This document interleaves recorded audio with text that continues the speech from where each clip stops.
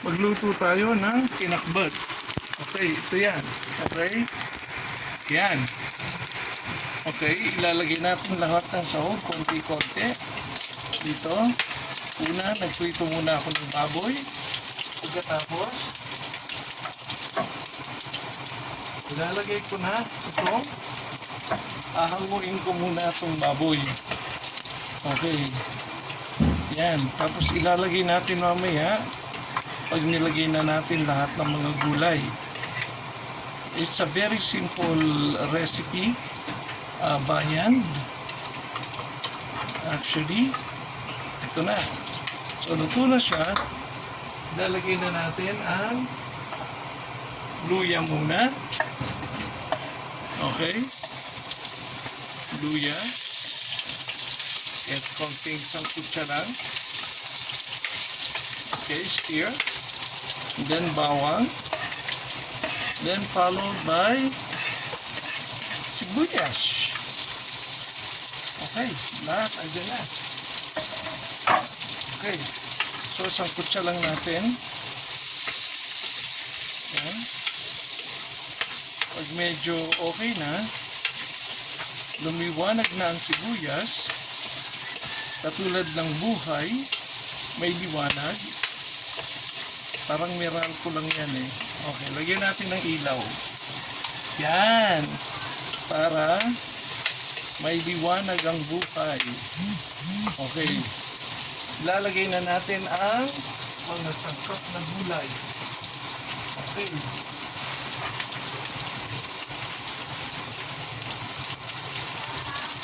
There you go.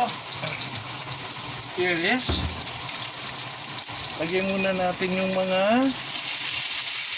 pagsama-samahin na natin lahat. Kasama ang ampalaya, talong, okra, kalabasa, lahat ng nasa bahay kubo. Ilagay na natin. Okay.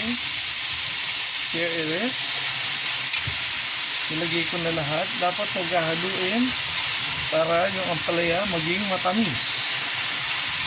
Yan. Hintayin natin siyang bumaba. Yan. Kasi ang gulay, pag naluluto na, bumababa na yan. Kumukunti na lang. Yan. Palalambutin lang natin yan, lalo na yung kalabasa. Yan. Para masustansya. Ang gulay ay masustansya sa katawan. Gamot sa lahat ng sakit. Hindi nyo mapapansin na kayo ay gumagaling na. Pero first of all, lagyan muna natin ito ng gulay para makumpleto.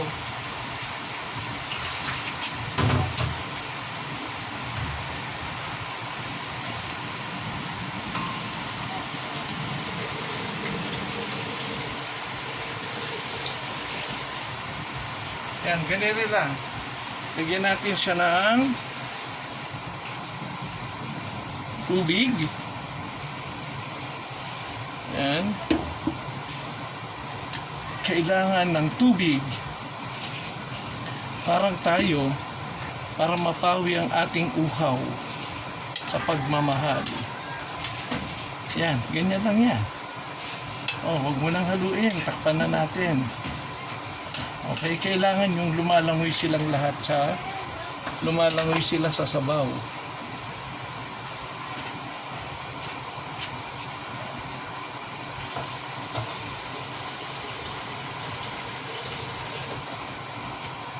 Yan.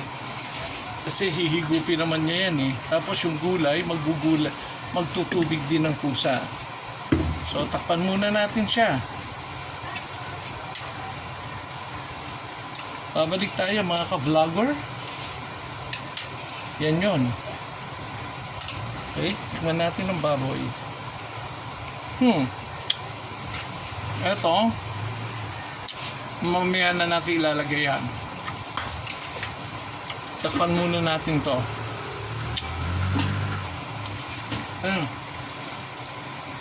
Magpo-pause muna tayo. Pause.